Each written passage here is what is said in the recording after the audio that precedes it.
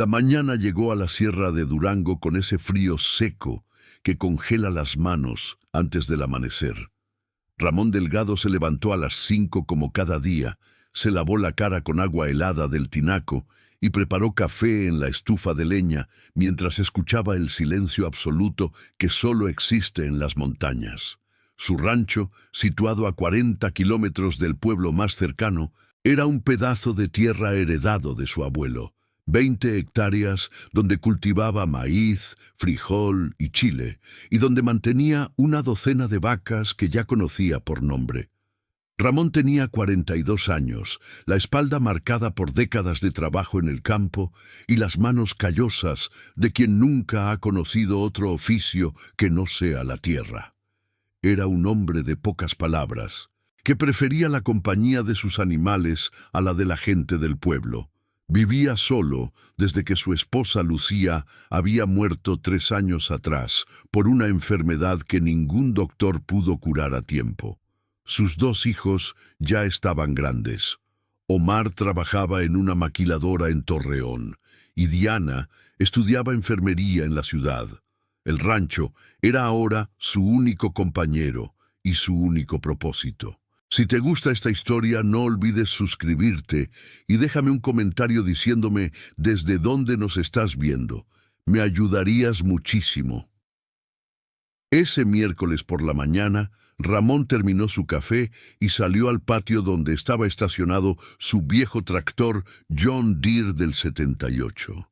La máquina había comenzado a fallar 2 días antes, echando un humo negro espeso que no era normal. Y Ramón sabía que si no lo arreglaba pronto, perdería días críticos de la siembra de otoño.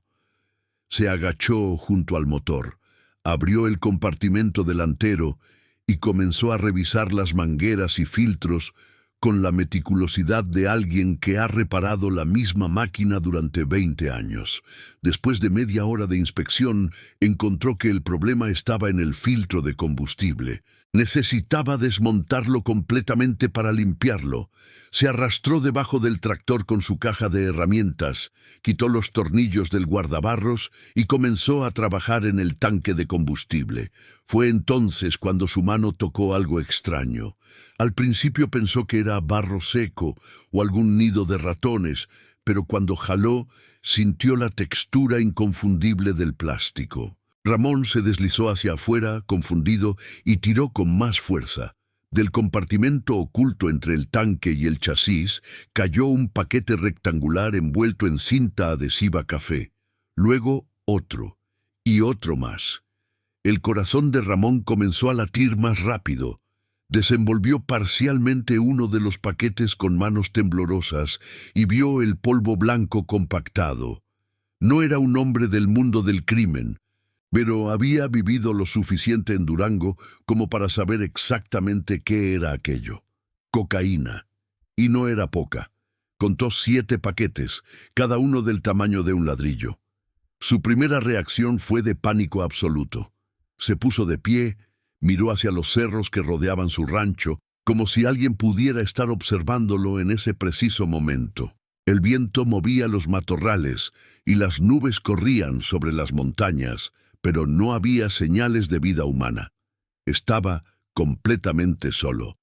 Ramón sabía que ese tractor lo había comprado usado hacía 6 años a un hombre del pueblo llamado Esteban Torres. Un tipo que siempre andaba con prisa y que le había dado un buen precio. Demasiado buen precio, pensó ahora. Habría sabido Esteban lo que llevaba escondido el tractor. O alguien lo había usado antes para transportar droga sin que Esteban lo supiera. Las preguntas se agolpaban en su mente mientras miraba los paquetes tirados en el suelo polvoriento. La lógica le decía que debía llamar a la policía inmediatamente, pero otra parte de él, la parte que había aprendido a sobrevivir en la sierra de Durango, le advertía que meterse con el cartel era firmar su sentencia de muerte. Si esos paquetes pertenecían a alguien poderoso y venían a buscarlos, encontrarlos con la policía en su rancho sería peor. Ramón caminó en círculos por varios minutos, respirando profundo, tratando de pensar con claridad. Finalmente tomó una decisión temporal. Escondería los paquetes en un lugar seguro dentro de su casa mientras decidía qué hacer. No podía dejarlos a la vista. Y definitivamente no podía tirarlos porque si alguien venía a buscarlos y no los encontraba, las consecuencias serían terribles. Recogió los 7 paquetes con cuidado como si fueran explosivos y los llevó a su casa. Los guardó en el doble fondo de un viejo ropero en su habitación, un escondite que su abuelo había construido durante la época de la Revolución para guardar documentos importantes. Cerró el ropero, se lavó las manos y se sentó en la mesa de la cocina, intentando procesar lo que acababa de descubrir. Durante el resto del día, Ramón intentó continuar con sus labores normales. Alimentó a las vacas, revisó los bebederos y reparó una cerca que llevaba semanas rota, pero su mente no dejaba de volver a los paquetes escondidos en su habitación. Cada ruido lo ponía en alerta. Cada vez que veía polvo en el camino de terracería que subía a su rancho, su estómago se contraía. Al caer la noche, cuando el cielo de Durango se pintó de naranja y púrpura, Ramón se preparó un plato de frijoles refritos con tortillas de maíz, pero apenas pudo comer. Se quedó sentado en el porche de su casa, mirando las estrellas aparecer una por una en el cielo limpio de la sierra, y por primera vez en años sintió miedo real. Pensó en llamar a Omar, su hijo mayor, pero lo descartó de inmediato. No podía meter a sus hijos en esto. Pensó en don Fermín, su vecino más cercano que vivía a 8 kilómetros, un hombre de 60 años con el que ocasionalmente compartía café y conversaciones sobre el clima y las cosechas, pero tampoco quería poner en riesgo a nadie más. La única opción real era ir al pueblo y hablar con las autoridades, pero Ramón conocía las historias. Sabía de rancheros que habían encontrado cosas similares y que después de reportarlas habían desaparecido, o peor, habían aparecido muertos en alguna barranca. El cartel tenía ojos y oídos en todas partes, incluso en las oficinas del gobierno. Esa noche, Ramón apenas durmió. Cada crujido de la casa lo despertaba. Mantuvo su escopeta cargada al lado de la cama, algo que no había hecho desde que era más joven, y había problemas con coyotes atacando sus animales. Las horas pasaban lentas y pesadas, y cuando finalmente amaneció, se sintió más cansado que cuando se había acostado. Al día siguiente, jueves por la mañana, Ramón decidió que necesitaba consejo. Después de alimentar a los animales, se subió a su camioneta Ford del 2005 y condujo los 40 kilómetros hasta el pueblo de Santiago Papasquiaro. El camino serpenteaba entre montañas cubiertas de pinos y encinos, pasando por ranchos aislados y pequeños arroyos que en esa época del año llevaban poca agua. Llegó al pueblo cerca del mediodía y estacionó frente a la ferretería de don Chuy, un hombre mayor que había conocido a su padre y que siempre había sido discreto y confiable. Ramón entró a la tienda, que olía a aceite y metal, y encontró a don Chuy organizando cajas de clavos detrás del mostrador. «Ramón, qué milagro verte por acá», dijo don Chuy con una sonrisa. «¿Qué te trae al pueblo? Necesito hablar contigo, don Chuy». En privado. El viejo notó la seriedad en el tono de Ramón y asintió. Colgó el letrero de «cerrado» en la puerta y los dos se sentaron en la pequeña oficina trasera. Ramón le contó todo: el tractor, los paquetes, su miedo, su indecisión. Don Chuy escuchó en silencio, con el rostro cada vez más grave. Cuando Ramón terminó, el viejo suspiró profundamente y se quitó la gorra de béisbol que siempre llevaba puesta. «Ramón, te voy a hablar con el corazón», dijo don Chuy, mirándolo directo a los ojos. «Esto que encontraste es más peligroso que una víbora de cascabel. Si vas con la policía municipal, es posible que ellos mismos estén trabajando para el cartel. Si vas con los estatales, puede que sí te ayuden, Pero también puede que la información se filtre, y si alguien del cartel se entera de que tú encontraste su mercancía y la reportaste, no vas a vivir para ver la próxima cosecha. Entonces, ¿qué hago, don Chuy? No puedo quedarme con eso en mi casa. Tampoco puedes tirarlo. Si vienen a buscarlo y no está, pensarán que te lo robaste para venderlo tú mismo. Y eso es peor. Ramón se pasó las manos por el cabello frustrado. Tiene que haber una salida. Don Chuy se quedó pensativo por un momento. Hay un comandante de la policía estatal que se llama Héctor Montes. Es de aquí de Durango, creció en un rancho como el tuyo. Tengo entendido que es honesto, que no se ha vendido, pero no puedo garantizártelo. Si quieres, yo puedo hacer unas preguntas discretas, ver si podemos confiar en él. Ramón asintió lentamente. Era mejor que nada. Hazlo, don Chuy, pero con mucho cuidado. No quiero que nadie más sepa de esto. Dame 2 días. Vuelve el sábado y te digo qué averigüé. Ramón regresó a su rancho con más preguntas que respuestas. Los siguientes 2 días fueron una tortura. Trabajaba en el campo tratando de mantener la mente ocupada, pero cada vez que veía una camioneta desconocida en la distancia o escuchaba el motor de un vehículo, su cuerpo se tensaba. El viernes por la noche, mientras cenaba solo en su cocina, escuchó ladridos de perros a lo lejos. No era inusual. Había coyotes en las montañas, pero esta vez los ladridos sonaban diferentes, más agitados. Ramón apagó las luces de la casa y se asomó por la ventana. En la oscuridad, a unos 500 metros por el camino que subía a su rancho, vio las luces de 2 camionetas acercándose lentamente. Su sangre se congeló. Nunca recibía visitas a esas horas. Tomó su escopeta y se escondió detrás de la puerta, con el corazón latiendo tan fuerte que podía escucharlo en sus oídos. Las camionetas se detuvieron frente a su casa y se apagaron los motores. Ramón esperó, conteniendo la respiración. Por la ventana pudo ver que eran camionetas doble cabina, del tipo que usaban los rancheros, pero también el tipo que usaban los hombres del cartel. Las puertas se abrieron y bajaron 4 hombres. Ramón no podía ver sus rostros en la oscuridad, pero notó que llevaban sombreros vaqueros y chamarra. Uno de ellos tocó la puerta con fuerza. «Don Ramón, don Ramón Delgado». Ramón reconoció la voz. Era Julián Mora, un ranchero que vivía al otro lado de la sierra y con quien había hecho tratos de ganado en el pasado.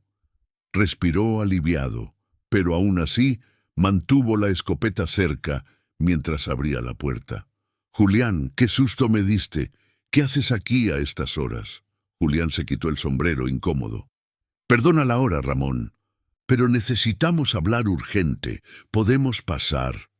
Ramón los dejó entrar, aunque su instinto le decía que algo no estaba bien. Los 4 hombres entraron a su pequeña sala. Julián, su hermano Arturo, y 2 tipos que Ramón no conocía. Uno era joven, de unos 25 años, con un tatuaje en el cuello. El otro era mayor, con cicatrices en la cara y una mirada que daba escalofríos. «Ramón», comenzó Julián nervioso, «venimos porque nos llegó el chisme de que encontraste algo en tu tractor, algo que no te pertenece». El estómago de Ramón se hundió. ¿Cómo diablos se habían enterado tan rápido? Él solo se lo había contado a don Chuy y confiaba en el viejo.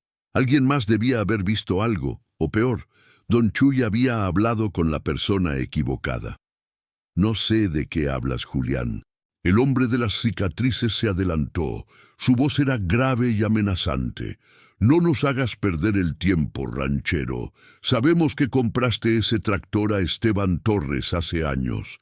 Esteban trabajaba para nosotros, transportaba mercancía. Antes de que pudiéramos recuperarla, el pendejo se murió de un infarto y el tractor terminó en tus manos. Ahora queremos lo que es nuestro». Ramón sintió que las piernas le temblaban, pero se mantuvo firme. «Si ustedes escondieron algo en ese tractor, yo no sabía nada. Lo compré limpio». Nos vale madre lo que sabías o no sabías, interrumpió el joven del tatuaje. Lo que importa es que esa mercancía es nuestra y la queremos de vuelta. Ahora. Ramón miró a Julián, buscando algún rastro del hombre decente que había conocido, pero Julián no podía sostenerle la mirada. Estaba claro que los Mora también trabajaban para el cartel, quizás obligados, quizás por voluntad propia. «Está bien», dijo Ramón finalmente, sabiendo que no tenía opción. «Los paquetes están aquí. Los voy a buscar». Caminó hacia su habitación con los 4 hombres siguiéndolo de cerca. Abrió el ropero, movió la ropa y sacó los 7 paquetes del doble fondo.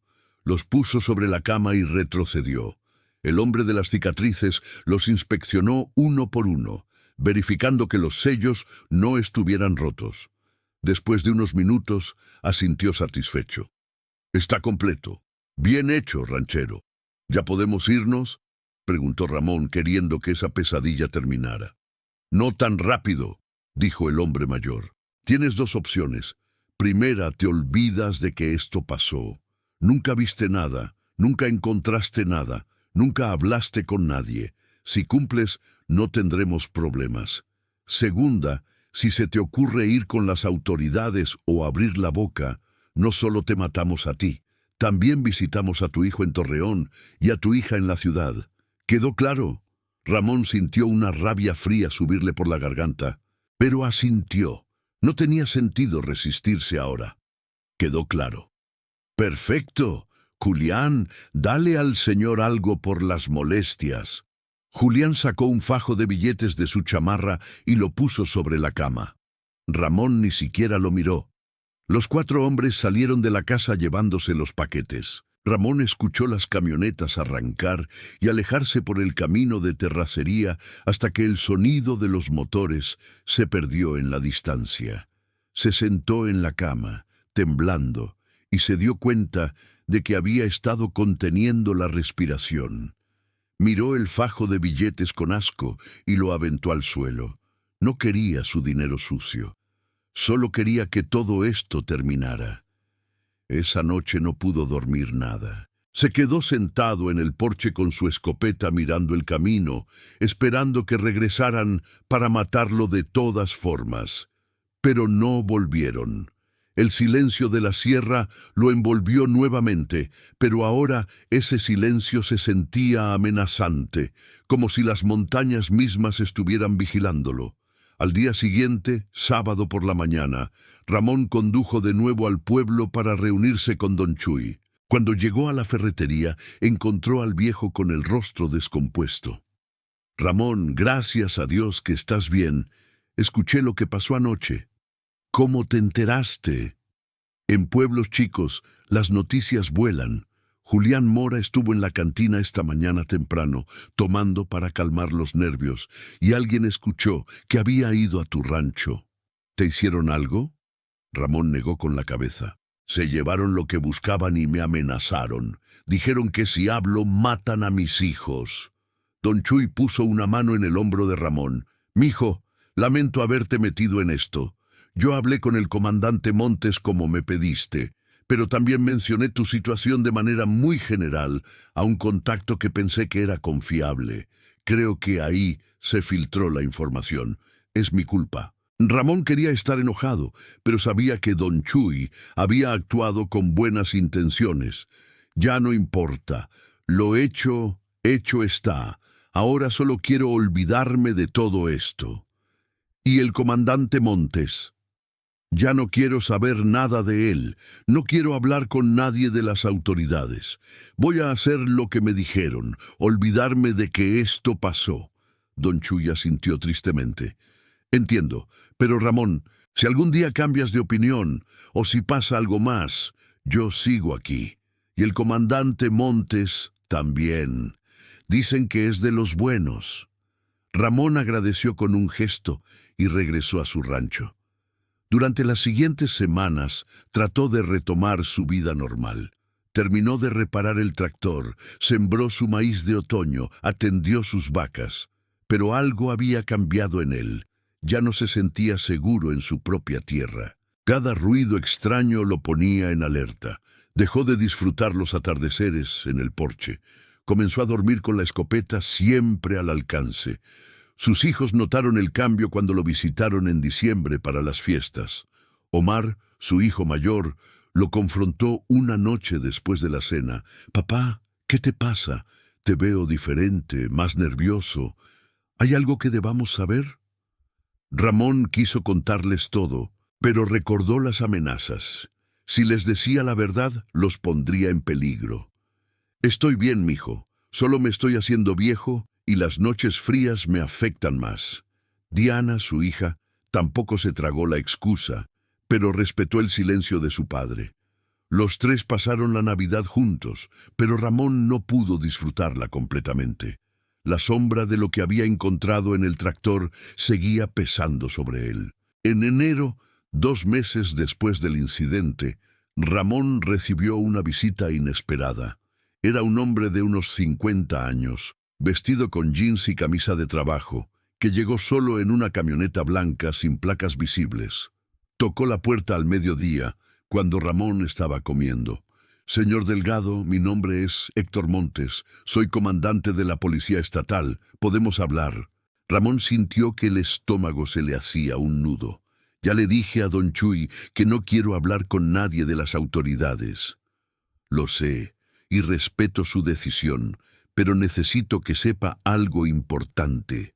No vine de manera oficial. Esto es entre usted y yo». Ramón dudó, pero algo en los ojos del comandante le inspiró confianza.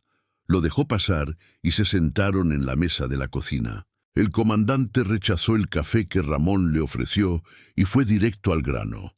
«Señor Delgado, sé lo que encontró en su tractor, sé que vinieron a recuperarlo y sé que lo amenazaron.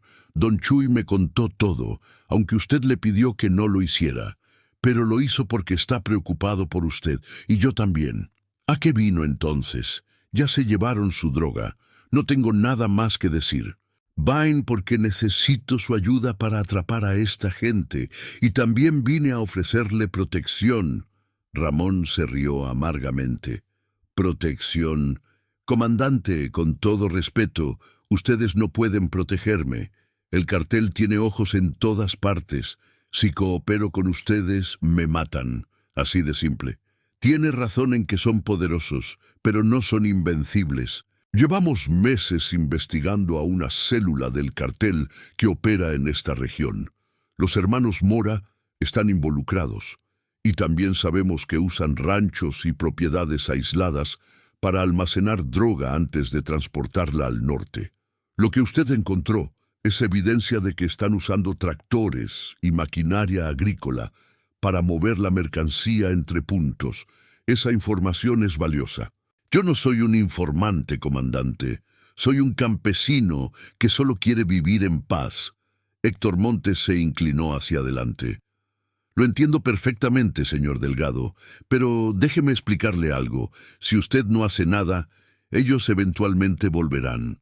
Tal vez no por más droga, pero sí para asegurarse de que usted sigue callado. Y el día que sientan que es un riesgo, lo van a eliminar sin pensarlo 2 veces. Su único seguro de vida es que ellos caigan presos». Las palabras del comandante resonaron en la mente de Ramón. Sabía que tenía razón. Había visto cómo operaban estos grupos. No dejaban cabos sueltos. Tarde o temprano, decidirían que él era un cabo suelto. «¿Qué necesita de mí?», preguntó finalmente. «Necesito que testifique sobre lo que encontró. Y necesito que me ayude a identificar el tractor para rastrear su procedencia y todos los que han estado involucrados en su uso. Con eso puedo conseguir órdenes de cateo y empezar a desmantelar la operación». «¿Y qué hay de mi seguridad? ¿Y la de mis hijos?». «Le ofrezco protección estatal. Podemos reubicarlo temporalmente a usted y a su familia mientras procesamos los arrestos. Y una vez que los cabecillas estén presos, el riesgo disminuye considerablemente». Ramón se quedó en silencio pensando. Era una decisión imposible. Si ayudaba, ponía en riesgo su vida y la de sus hijos. Si no ayudaba, de todas formas estaba en riesgo. Al menos cooperando, había una pequeña posibilidad de que esto terminara bien. «Necesito pensarlo», dijo finalmente. «Tiene 48 horas», respondió el comandante poniéndose de pie. «Después de eso, puede que sea demasiado tarde. Si decide ayudarme, llame a este número». Le dio una tarjeta con un teléfono celular escrito a mano. «Día o noche, yo contesto». El comandante Montes se fue, y Ramón se quedó solo con la decisión más difícil de su vida. Pasó toda la tarde caminando por su rancho, mirando la tierra que había trabajado durante décadas, la casa donde había criado a sus hijos, las montañas que conocía como la palma de su mano. No quería dejar todo esto, pero tampoco quería vivir con miedo el resto de sus días. Esa noche llamó a Omar y a Diana. Les contó todo, sin omitir detalles. Como esperaba, ambos se asustaron, pero también se enojaron porque no les había dicho nada antes. «Papá, tienes que ayudar a la policía», dijo Diana con firmeza. «No puedes vivir así, esperando que un día vengan a matarte». «Tu hermana tiene razón», agregó Omar. «Si ese comandante es honesto, es tu mejor opción». Ramón agradeció sus palabras, pero les pidió que se mantuvieran alejados del rancho hasta que todo esto se resolviera. No quería que estuvieran cerca si las cosas se ponían feas. Al día siguiente, domingo por la tarde, Ramón tomó su decisión. Llamó al número que le había dado el comandante Montes. «Comandante, soy Ramón Delgado. Voy a ayudarlo, pero con una condición. Quiero que mis hijos estén protegidos antes de que yo haga cualquier cosa». «Hecho. ¿Dónde están ellos ahora?» «Mi hijo en Torreón, mi hija en Durango capital. Dame sus direcciones. En 2 horas habrá agentes de confianza vigilando sus domicilios de manera discreta. Y mañana, lunes por la mañana, quiero que venga a la comandancia estatal en Durango. Vamos a tomar su declaración formal y a planear los operativos». «Ahí estaré». El lunes por la mañana, Ramón condujo hasta la ciudad de Durango. La comandancia de la policía estatal era un edificio gris y austero en el centro de la ciudad. El comandante Montes lo esperaba en su oficina junto con otros 2 investigadores.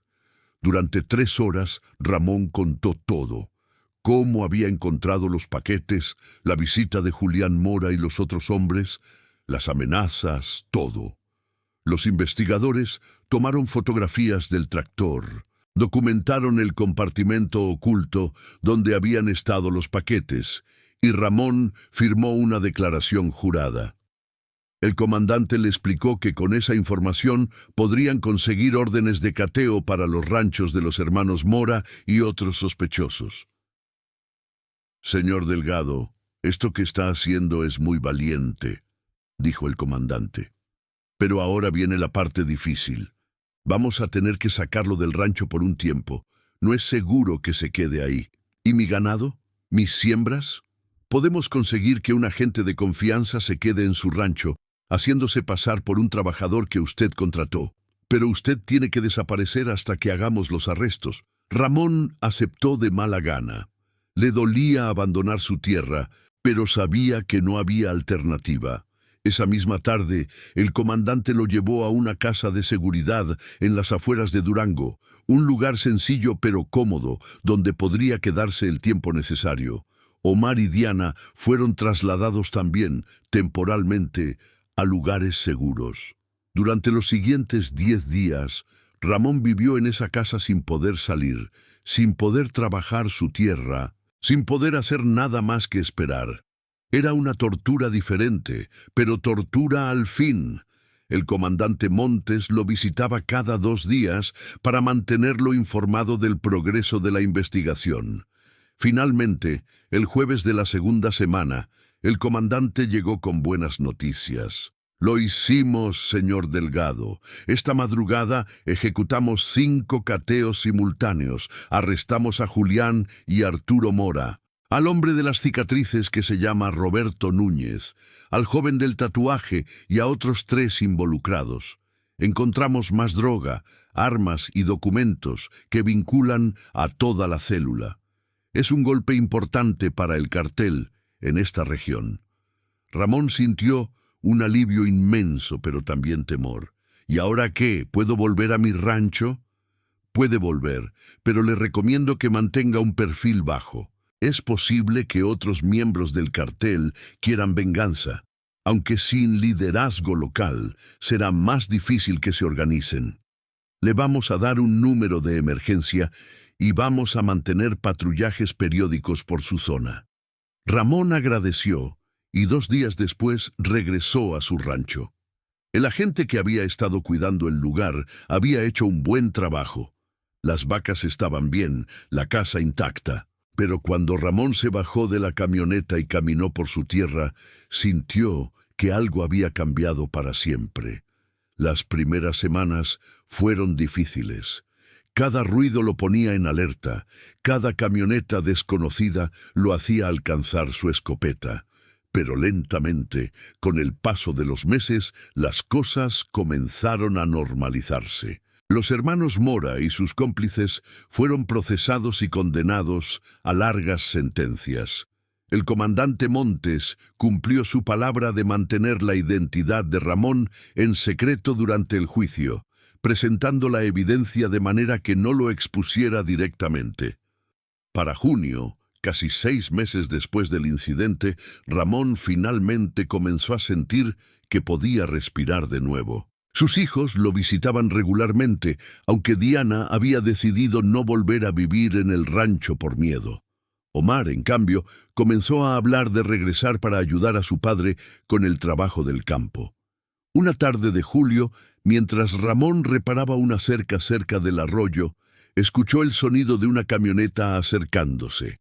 Instintivamente tensó los músculos, pero cuando vio que era la camioneta blanca del comandante Montes, se relajó. El comandante bajó con una sonrisa. «Señor Delgado, vengo a traerle noticias. El líder regional del cartel, el que estaba por encima de todos los que arrestamos, fue capturado en Sinaloa la semana pasada. Con él caído, la amenaza contra usted prácticamente desaparece. Ya no hay nadie con interés o recursos para buscar venganza». Ramón sintió que un peso enorme se levantaba de sus hombros. «Comandante, no sé cómo agradecerle todo lo que hizo. No me agradezca a mí. Usted fue quien tuvo el valor de hacer lo correcto. Muchos en su situación hubieran mirado para otro lado. Gracias a usted, sacamos de circulación a una red completa de narcotraficantes». Después de que el comandante se fue, Ramón se sentó en su porche como solía hacer antes de todo este lío, y por primera vez en meses pudo disfrutar realmente del atardecer. Las montañas de Durango se teñían de dorado con los últimos rayos del sol, y el aire fresco de la sierra llenaba sus pulmones con ese aroma a pino y tierra húmeda que tanto amaba. Pensó en todo lo que había pasado, en las decisiones que había tomado, en el miedo que había sentido, pero también pensó en el coraje que había encontrado dentro de sí mismo, un coraje que no sabía que tenía. No era un héroe, solo un campesino que se había visto forzado a tomar una decisión imposible y que, contra todo pronóstico, había salido victorioso. Los meses siguientes trajeron una calma que Ramón no había sentido en mucho tiempo. Su relación con sus hijos se fortaleció. Diana terminó su carrera de enfermería y consiguió trabajo en un hospital de Durango. Omar finalmente dejó la maquiladora y regresó al rancho para trabajar la tierra junto a su padre, algo que llenó a Ramón de una alegría profunda. Juntos, padre e hijo, repararon el viejo tractor que había sido el centro de toda esta historia. Lo limpiaron completamente, reemplazaron piezas, lo pintaron de nuevo. Era como un ritual de purificación, borrando las huellas del pasado oscuro que había cargado. Una mañana de septiembre, mientras sembraban juntos, Omar le preguntó a su padre si alguna vez se había arrepentido de haber ayudado a la policía. Ramón se detuvo, se limpió el sudor de la frente con el pañuelo que siempre llevaba en el bolsillo y miró a su hijo a los ojos. Todos los días tuve miedo, mijo. Todos los días pensé que había cometido un error. Pero ahora que veo todo lo que pasó, me doy cuenta de que no podía quedarme callado, no solo por mí, sino por toda la gente de estos ranchos que vive con miedo por culpa de estos criminales. Alguien tenía que dar el primer paso. Omar asintió con respeto.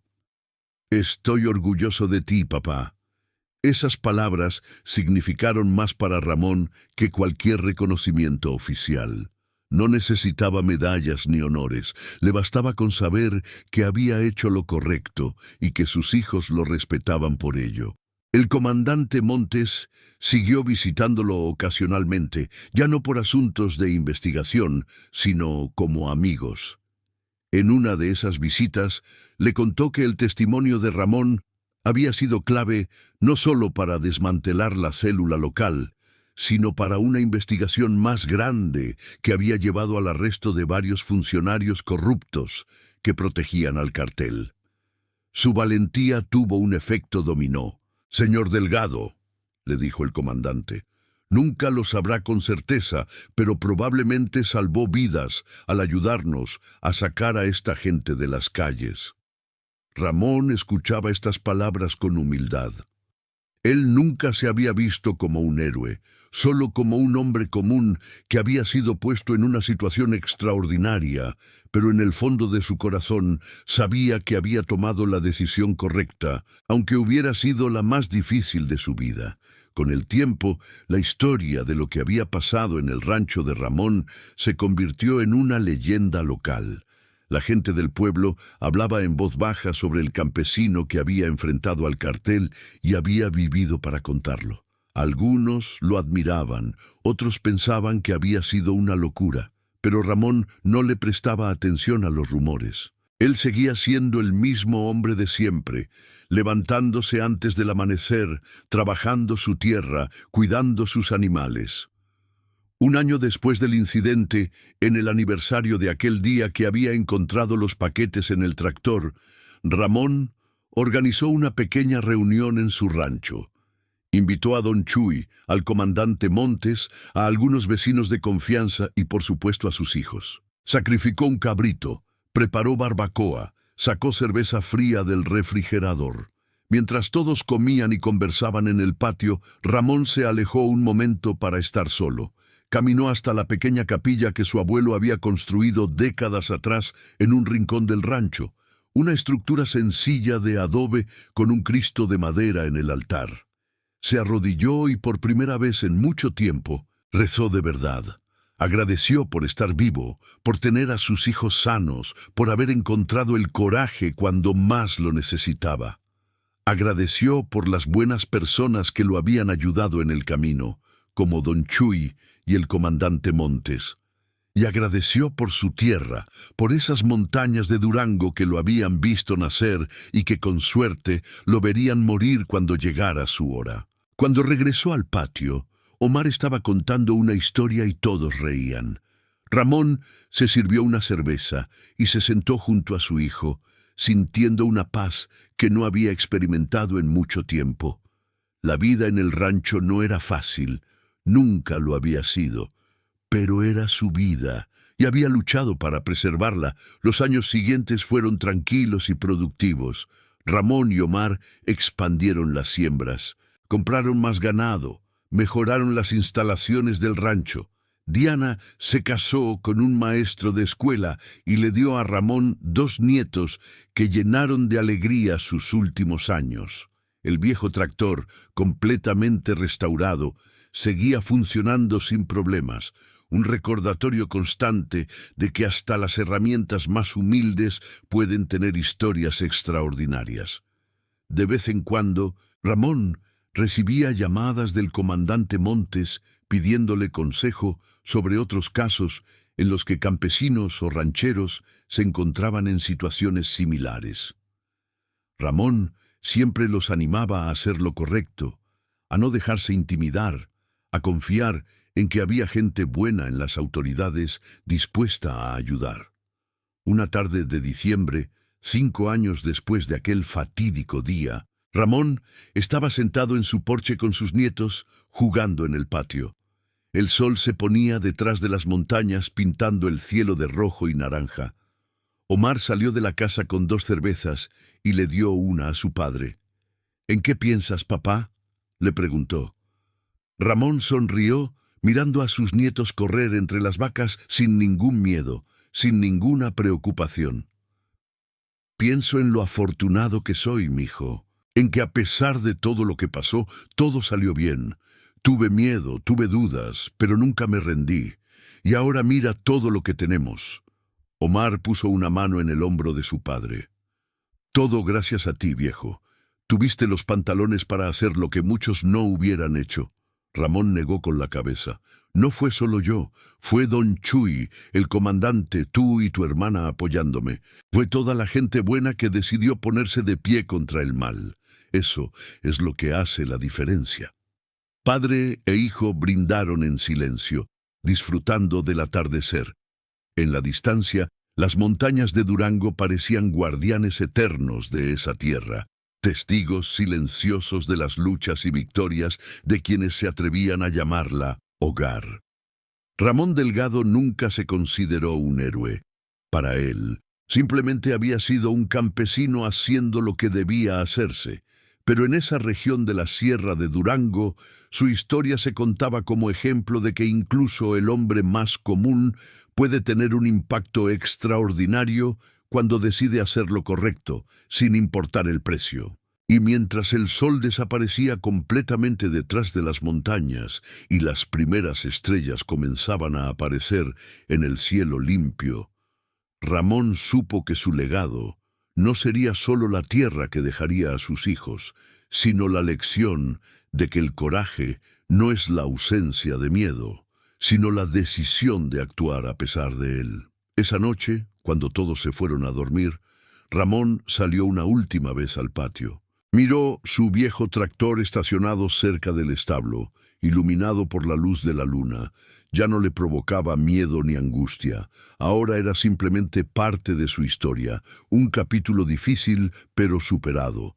Levantó la vista al cielo estrellado, ese mismo cielo que su abuelo y su padre habían mirado antes que él, y sintió una conexión profunda con la tierra y con todos aquellos que la habían trabajado antes. Su vida había sido simple, a veces dura, ocasionalmente peligrosa, pero siempre auténtica. Y en esa autenticidad, en esa conexión con la tierra y con los valores que le habían enseñado desde niño, Ramón Delgado encontró su verdadero propósito. No era solo cultivar maíz o criar ganado. Era preservar una forma de vida, mantener vivos los principios de honestidad y coraje y enseñar a la siguiente generación que siempre vale la pena hacer lo correcto. Mientras regresaba a su casa, escuchó el aullido de un coyote en las montañas, un sonido que había escuchado miles de veces en su vida. Pero esta noche no le provocó ninguna inquietud. Era simplemente parte del paisaje, parte del ritmo natural de la sierra. Cerró la puerta de su casa, apagó la luz y se fue a dormir con la conciencia tranquila, sabiendo que había vivido con dignidad y que su tierra, su familia y su honor permanecían intactos. Y eso, al final del día, era lo único que realmente importaba.